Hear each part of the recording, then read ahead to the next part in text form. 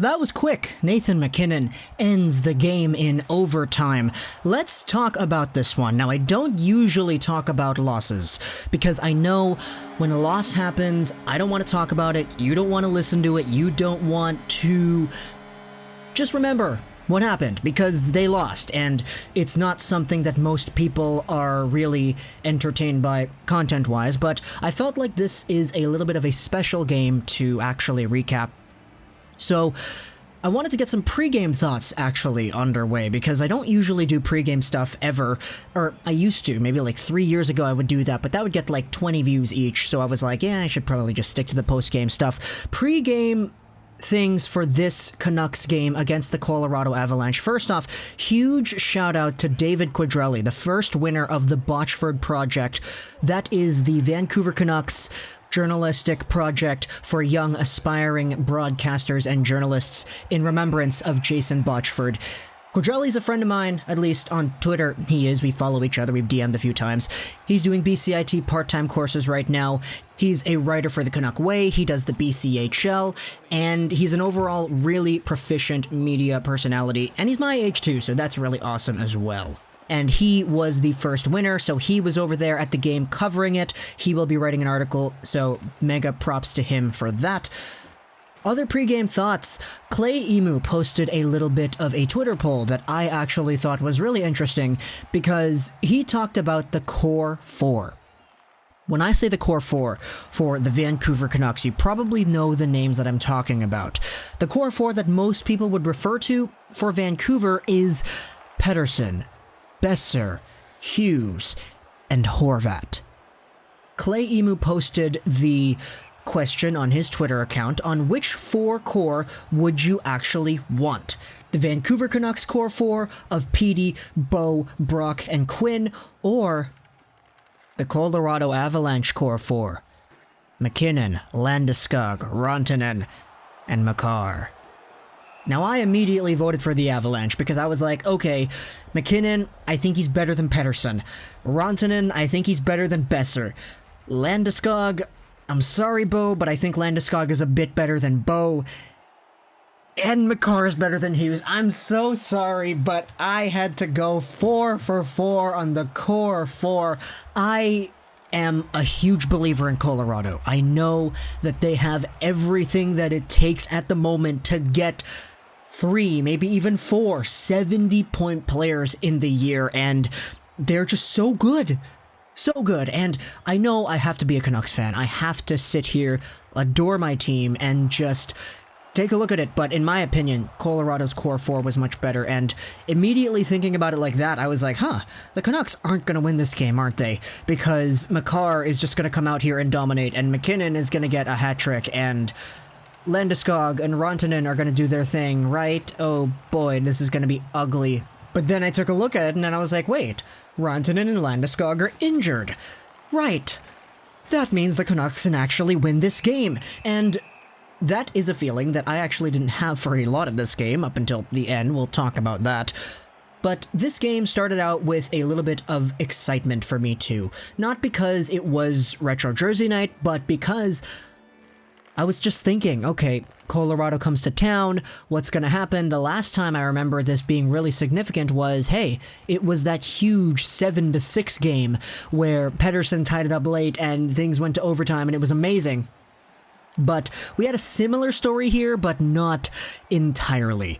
This one was quite a fast-paced start, and it was one that I was kind of confused by, because they were showing us the Montreal Canadiens overtime and the highlights from that game right off the bat, and it kind of bled into the 7 p.m. start for the Canucks, so I was kind of like, okay, I love the Habs, but like, come on, get the Canucks ceremony out there, I want to see what's going on with the Retros, what are they doing for the Retro Night? But then once they switched over to the Vancouver broadcast, it was just like, bam, okay, the puck had dropped, and we're getting underway, and there are chances at either end, and oh my goodness, what the heck is going on? There are pucks everywhere. What the hell?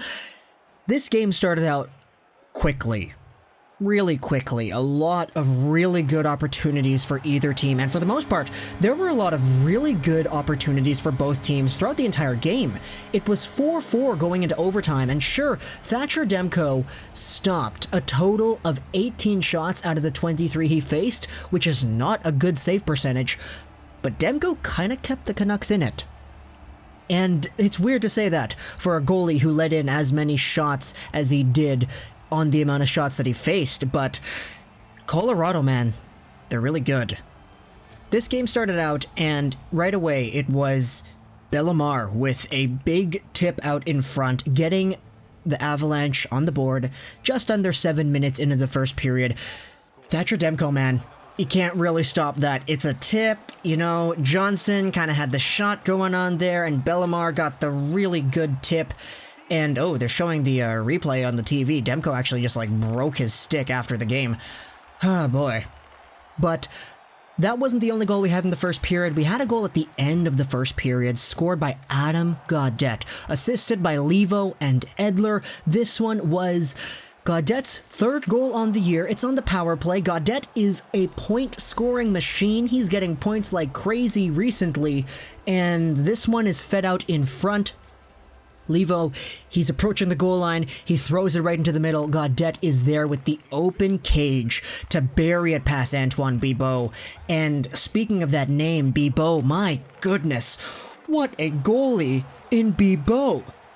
I'm a tertiary Leafs fan, so I've seen the ups and downs of Antoine Bibeau, the literal ups and downs, NHL, AHL, NHL, AHL, and then AHL for a while, and then not really playing because he was injured, and then he comes back in the NHL for the Avalanche, and all of a sudden he is stoning the Canucks. But that's not what we're talking about here. We're talking about the goal.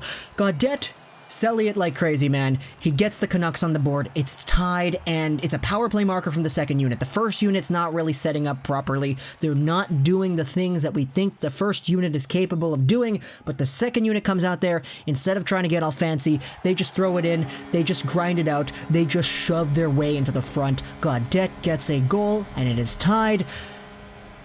But then the second period comes along, and then Nathan MacKinnon gets a goal. Okay. It's assisted by Makar.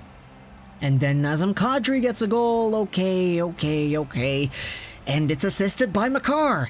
And I'm kind of over here, I'm telling the people that I'm watching the game with, yeah, this Hughes guy, Quinn Hughes, really good. Everybody loves Quinn Hughes.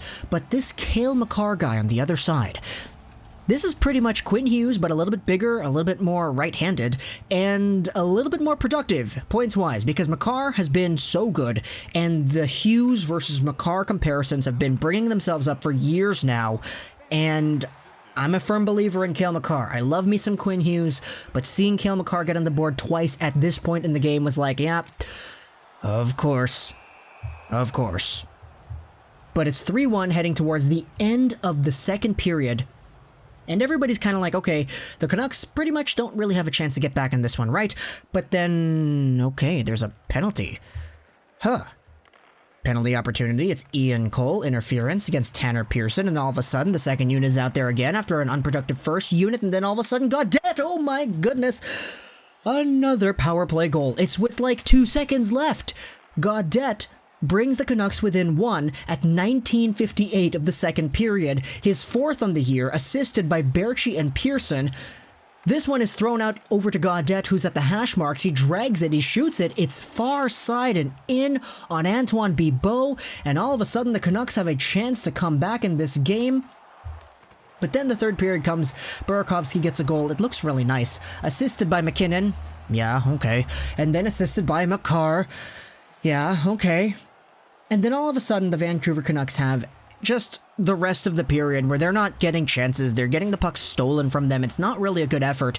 And then the last few minutes happen. They pull the goalie. And all of a sudden it's a 6-on-5, and all of a sudden Petey has it, and then he drags it, and he pulls it back, and then all of a sudden, okay, what the heck? The guy just blocked the shot. Matt Calvert, man, oh no. The guy's down, and he's not moving. But the play's still going on. Why are they not blowing this down? But then the rulebook gets tweeted out by Friedman later on. You don't blow the play down unless the team that has the injured player touches the puck and controls the puck, which that didn't really happen technically, so the play wasn't blown down. The Canucks kept the pressure on. It's 6-on-5, 6-on-4 now because Calvert is just laying there on the ice. And then all of a sudden, PD sends it over. There's a pass in front. Hughes gets a touch on it, and then Hughes sends it right through the slot. Edler is there. It's 4-3. Canucks are within 1. There are 2 minutes to go. And Calvert, he takes his helmet off. There's blood.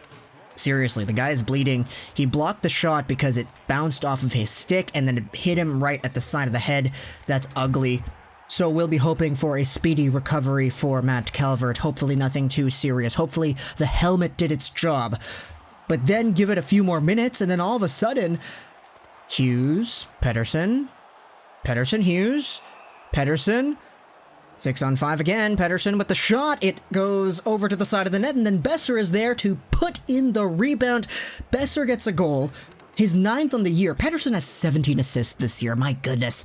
And then it's going to overtime, and then Nathan MacKinnon seals the deal. Okay, Makar gets his 4th point on the night. What the heck, Cale Makar? Quinn Hughes was out here. He tried to answer back. Hughes gets 2 assists in the span of like a minute, and then Cale Makar comes out here, passes it over. MacKinnon comes over here, he does his thing, and then all of a sudden the Canucks lose on retro night. On a night where a lot of people were really hyped, and I was kind of hyped too. Now I have to go to dinner because I kind of kept my friends waiting because I was like, yo, I need to watch this hockey game. And then they were like, okay, because they're good and understanding friends. So I'm going to go eat dinner now and leave you with this video. Hope you enjoyed this one. Sure, they lost, but I think it was a very entertaining game with a very entertaining storyline, or multiple storylines at least. Socially, that was Roll9, and bye.